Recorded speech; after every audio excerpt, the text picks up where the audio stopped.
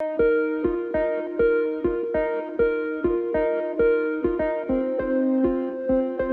ششم ینور سال 2024 تقریبا ساعت 12:30 راننده автомашини тамғаи хундай گولف منوچهر سال تولدش 1998 ساکن شهر نورک هنگام حرکت از سمت مرکز شهر نورک به شاهراه ماشینگرد شهر دوشنبه در حدود دهه توغمزار از روده دوره وسطای نقلیات نبرآمده دوچرخه‌ران نابالغ سمیف ادریس سال تولدش 2009 ساکن شهر مذکور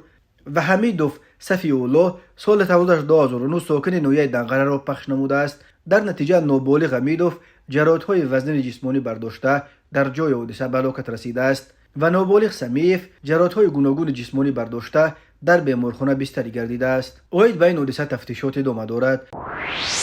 به شعبه وزارت کارهای داخلی یک در نویه رودکی عریضه جوان 25 ساله ساکن نویه مذکور وارد گردیده است که 4 ینور سال 2024 شخصان نامعلوم با راه پنهانی به خانه استقامتیش درآمده از داخل جوان 200,000 روبل روسی را دزدیده از جای حادثه غیب زدند. هنگام گذراندن چاره‌بینی‌های اپراتیوی جستجویی از جانب کارمندان میلیسیا مرد 31 ساله ساکن نویه رودکی با گمان صادر نمودن جنایت دزدی دستگیر کرده شد. اینچنین به شعبه وزارت کارهای داخلی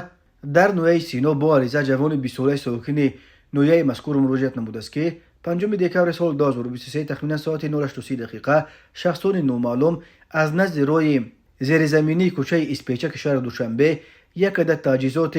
یخماس بروری را که ارزشش 16,000 سوم را تشکیل می‌دهد دزدیده از جای حادثه غیب زدند. هنگام گذراندن چاره‌بینی‌های اپراتیوی جستجویی از جانب کارمندان میلیسیا معین کرده شد که جنایت مذکور مرد 43 ساله ساکن شهر ایسار صادر نموده است. همین طریق به شعبه وزارت کارهای داخلی در نویه یوم با عریضه مرد 31 ساله ساکن نویه مذکور مراجعت نموده است که 3 ینور سال 2024 تقریبا ساعت 12:00 شخصان نامعلوم با راه پنهانی به خانه‌اش درآمده از آنجا یک عدد تلفن موبیلی تمغه سامسونگ و جواهرات گوناگون طلایی را دزدیده از جای حادثه غیب زدند. هنگام گذراندن چاره‌بینی‌های اپراتیوی جستجویی از جانب کارمندان میلیسیا معین کرده شد که جنایت مذکور را نابالغ 13 و 15 ساله ساکنان همین نویه صادر نمودند. همچنین گمان بر شوندگان 5 ینور سال 2024 تقریبا ساعت 12:00 با راه پنهانی به خانه استقامتی مرد 31 ساله ساکن همین نویه درآمده از آنجا یک عدد تجهیزات بازی سونی پلی استیشن که ارزشش 6,000 سوم را تشکیل می‌دهد دزدیده